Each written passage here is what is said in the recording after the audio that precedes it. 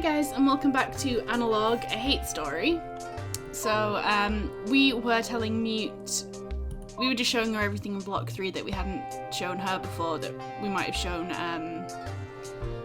Young. Are we showing, I think this is all new stuff? Oh yeah, because we just decrypted Block 3, because what's-her-face, Young I, asked us to. You can tell it's been a long time since I've played this. So, let's get into Legendary Temper by a Clerk. Now, I've been a clerk for a while, and it's not as if I haven't heard all the stories about High Magistrate Smith Sangmin and his legendary temper, but I always figured they were an exaggeration. Especially after I met him for the first time. The man seemed like an absolute model of a gentleman, and rather calm and unemotional. I'm not criticizing him. I just never expected that man to get angry. It was while an official was presenting facts of a murder case to him. A drunken brawl between peasants had gone horribly wrong. It all seemed dissatisfactory enough. A dozen men had seen it. There wasn't really any doubt about it. So far, so good. Very well, the High Magistrate said. Let me read the confession. Then, before I pass sentence, but in a way that makes sense. The official didn't have one, which is reasonable enough. A lot of times, they can't get it out them. I've never seen a magistrate who's really all too concerned about those little details. Excuse me, you don't have a confession? He said, and his mood soured right there. Why are you wasting my time then? He looked up the accused who had been kowtowing him? I don't know. That wording him silently up until that point. Do you even admit to killing him? Then the murderer seemed confused. It took a minute to realise he's being addressed. Furthermore, when he did figure it out, he simply kept mumbling, not my fault, it wasn't my fault, and as such. The High Magistrate was furious. What is wrong with you? What is this man doing in front of me in a state like that? He doesn't admit to doing it. What do you expect me to do? He demanded. After some silence from the official, he continued, It wasn't a rhetorical question. Please, enlighten me. What do you expect me to do here? To punish him? The official finally offered, weakly, as confused about the matter as I was. Punish him? This is what set him completely off the edge. He stood up shouting, We are not given the responsibility of punishment. What are we, barbarians looking for vengeance? The point of justice is to teach moral men like him the error of his ways. He lectured, shouting at the top of his lungs. And how do you expect to do that when this man won't even admit to his own actions? Does this man look like he's ready to learn? Do you seriously believe that? Are you simple? The official looked like he was about to argue, but then thought against it. Smart move. The magistrate continued more calmly. Stop wasting my time and get him out of my office. Come back when you have a confession and clues to what your job actually entails. And with that he left, leaving the official speechless. And leaving me realising perhaps a legendary temper and being a model gentleman weren't quite so mutually exclusive as I'd thought. Okay, let's see what Meat has to say about this, because that's really cool. See, he wasn't always that bad. His embarrassment far from pinnacle of virtue. I didn't think that highly of him, but at the end of the day, it's about politics, not about his character. Wow, I'm so thrilled I came to talk to you about that. Well, if he drank himself to death. As horrible as it is to say, I don't think anyone was really surprised when brother-in-law Sang Young was found dead. Nobody asked how, nor has anyone seen so much as the word drinking in my presence even since, said even as much. Blah. Even extremely candid Mute has been entirely somber. Oh, Mute. Mother-in-law, I understand why she's been taking it so hard. The sentence structure there in my brain, it doesn't like it. And I've been working hard to stay well out of her way while the funeral preparations being settled. But Mute, I had no idea they were so close. Yet, in our last conversation, I could have sworn she was on the verge of tears. I've never seen such a reaction from her in all my time here. As for myself, I have an awful confession I can make to no one. I put on a somber face, acting as though I'm as sad as the rest, since that is, of course, what is expected. But it pains me to admit that I'm not. It is not as if I don't find it tragic, and I feel bad for thinking this, but I don't know him at all. How could I possibly bring myself to feel as upset as I'm expected to be? That's a good point. It's none of your damn business, okay? I'm not going to justify myself to you. Okay. Look sad there. I will write that. Drank to death. and I've shown that to mute. Right, yeah, because I found my notes from last time. It's been a really long time since I've had a chance to play any game, because, you know, 2 jobs, it's not exactly easy to find time. So that was block 3. What's new in block 2? Right, let's start a thing for block 2 then. Block 2. Let's show this to mute. Letter 1, show it to mute. When I first saw you bring my husband home in the late hours of the night, I was jealous. All I could think of was my daughter and the first courtesan he'd had an affair with 9 years ago. Courtesan. With every brief glimpse of you, I saw you pass through our home. My heart burned a little, as if you embodied every single fault of my farce of a marriage. I will never send this letter, because I know how ridiculous it sounds. For weeks, I, a noble wife, could be jealous of a poor courtesan. I said it again. But you are young and beautiful, full of energy and grace. I cannot maintain a voice. I just can't. I'm one of these things. Oh god, there's 5 pages of this. Only after you've been entertaining him for a month did I start to realise what I was really feeling. No, I can't do it. My tongue hurts. True, I was jealous, but not of you for having my husband. I was jealous of my husband for having the affections of a girl as pretty as you. These are ridiculous thoughts for a woman to have. I know, even more ridiculous still is the way they have overwhelmed me. I used to dread my husband bringing courtesans home with him. Now I look forward to your nights together. How could I not when it means that I am treated to the sight of your bashful face in the morning? Oh, she's in love. When we exchange glasses, you hide behind your long hair with so much cuteness and grace. My eyes can't help but to wonder to admire the way it rests on your breasts, to see your clothes draped loosely over your hips. I cannot help myself from admiring your body as you try and hide from me. It's ridiculous to try and be so to be so preoccupied with such thoughts. And perhaps I was better off not having ever realised them. Nevertheless, even though I may be as much of a woman as you are, I find myself longing for the same affections that you shower my husband with. There is more to it than that. I would like to truly get to know you better. I like to imagine that we have much in common, aside from the obvious, you know, being females and my husband. When I see you hiding in the corridor in the mornings, I imagine wrapping my arms around those lovely hips, sharing long conversations about our tribulations in life, discovering just how much alike we are, and perhaps I like to imagine we could share more than that. I've been married for 10 years to a man who has never paid me any attention for 9 of them. Perhaps my old age has made me bold, but I want more. Next time I see you, I promise I'll say something. For in all my 26 years is not old. I've never felt along at anything as intensely. I don't care how wrong it is. As a wife and as a woman, I want you, Hannah. Ooh, wow. I bet that's what you're expecting. I don't know, it doesn't matter. Probably. I mean, people are usually married for politics, not love, so it makes sense that some of them wouldn't exactly be in love with their husband, or their husband be necessarily the gender that they want, the sex even. I still have a hard time believing that she was really capable of sinking to that. Well, it totally does get worse, I'll show you. Sinking. Pretty depraved stuff, really. The fact she might, you know, fall in love with someone. Jeez. Oh, look. New stuff. Okay, I know showing it to my lovely... Oh, this is from Hannah! So, Jim, you made it so easy, you know that. I've always wanted to be seduced. The more I learned about it, the better I got at it. The more I thought about how lucky men are, that they always seem to be on the receiving end of it. It's always like it would be so much fun. But that wasn't why I dropped my guard in front of you, by the way. I was actually really wary the whole time you were serving me breakfast. Do you know what I first thought? I thought maybe you were trying to poison me. I mean, not seriously, of course, but it crossed my mind. So no, I was really guarded, until you started talking. You know what it is that got me? Do tell me, how hard is it studying to be a courtesan? I answered modestly, oh, you know, there's nothing to learn, you just have it or you don't.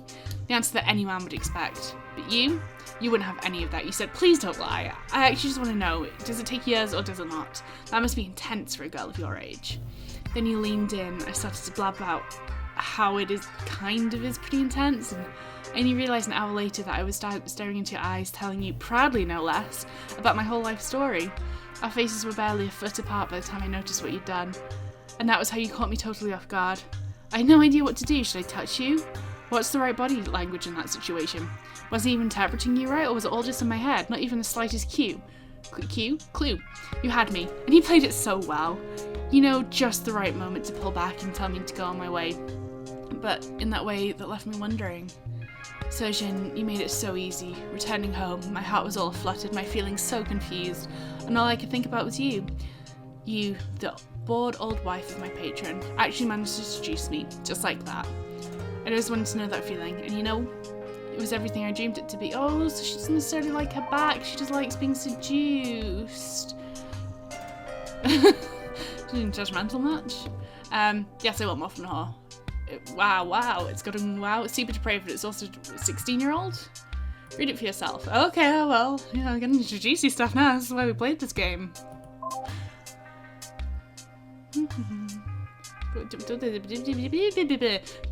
3, what's here? 2.5? 2.5? I don't know.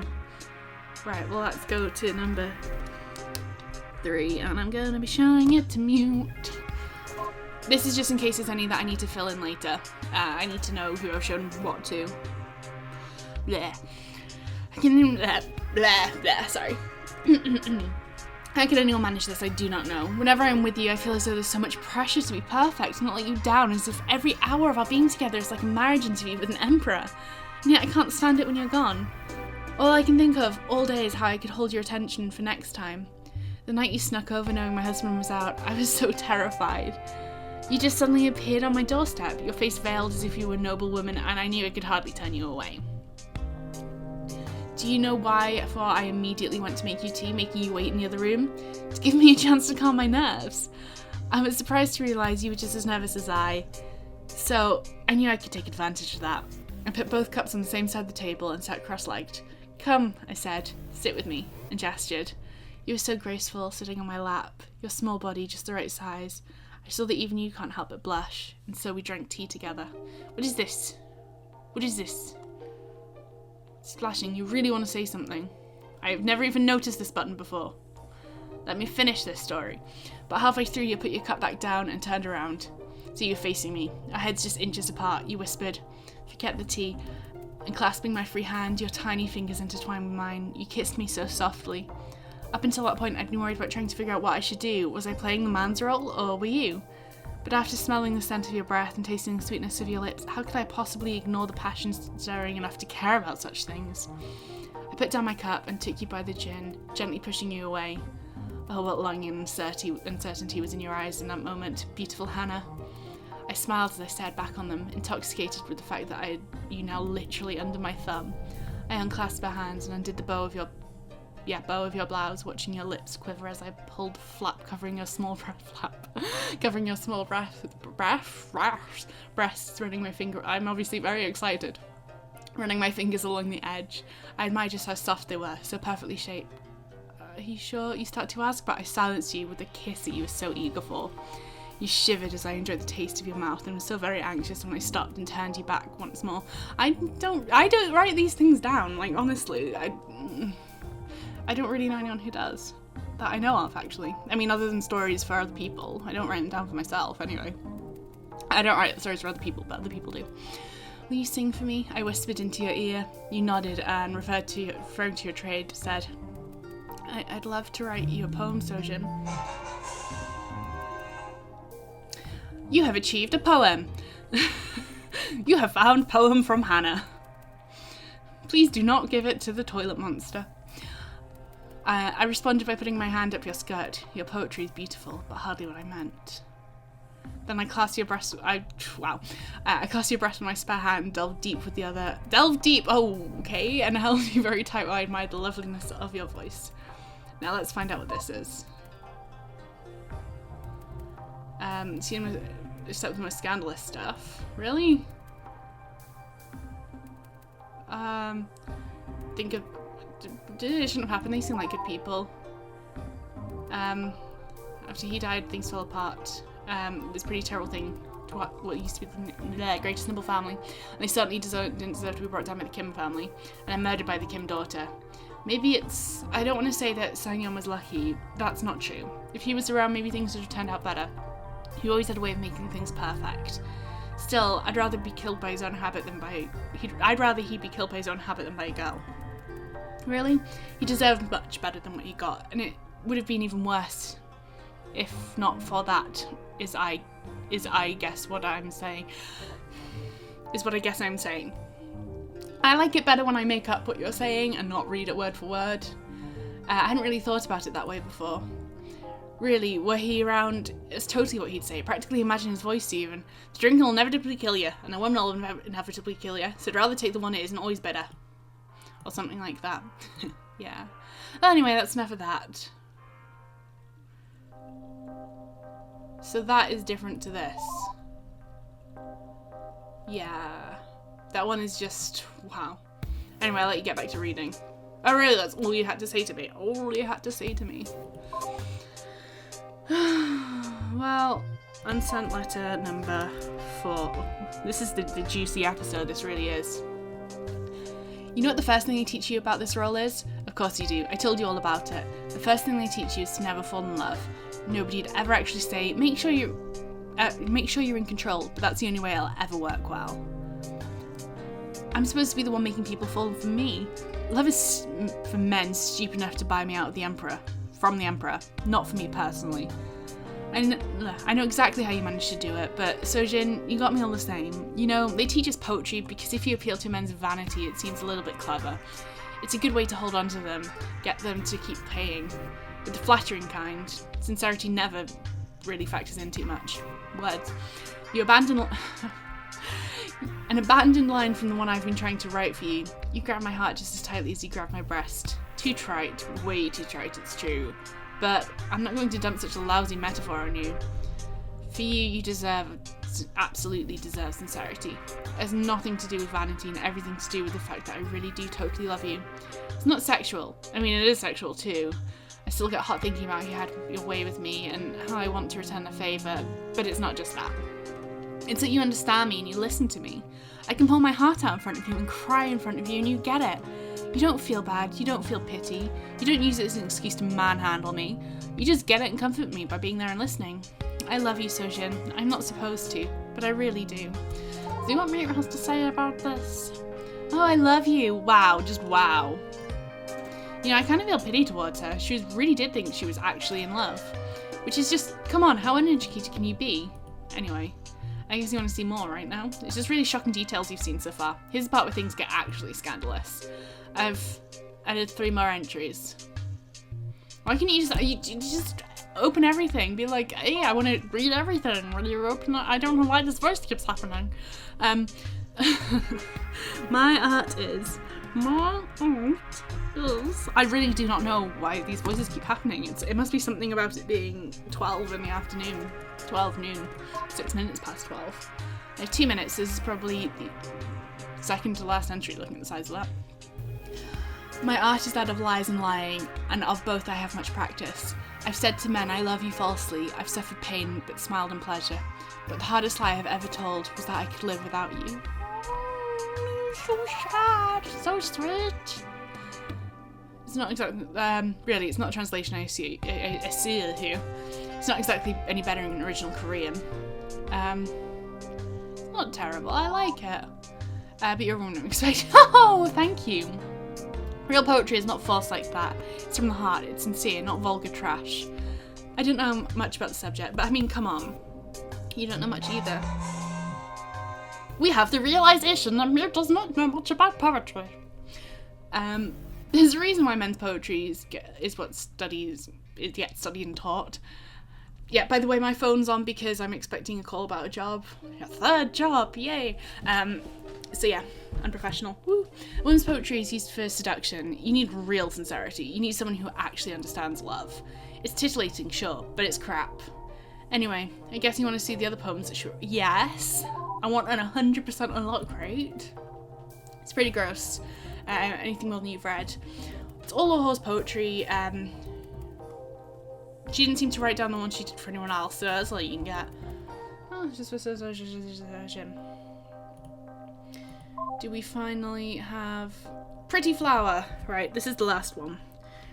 Pretty Flower. Pretty flower, who could plant you, then abandon you in your bed? Oh, damn, her husband. Each day I stop to admire your aroma. Will your gardener mind? Each night I pluck my own petals, but dream of yours is in bloom. I don't like that poem. Apparently I just can't do words today, maybe that's why I don't like the poem. It's not... Oh, you're saying the exact same thing, really? Right, well, that is 20 minutes, and I'm sure you are... No, I didn't mean to click on you again. You are done with my antics for today, and I'm sure you will want to learn more about Hannah and Osojin's loving romance in the next episode, but you'll just have to wait for that. So I'll see you another time. Bye bye.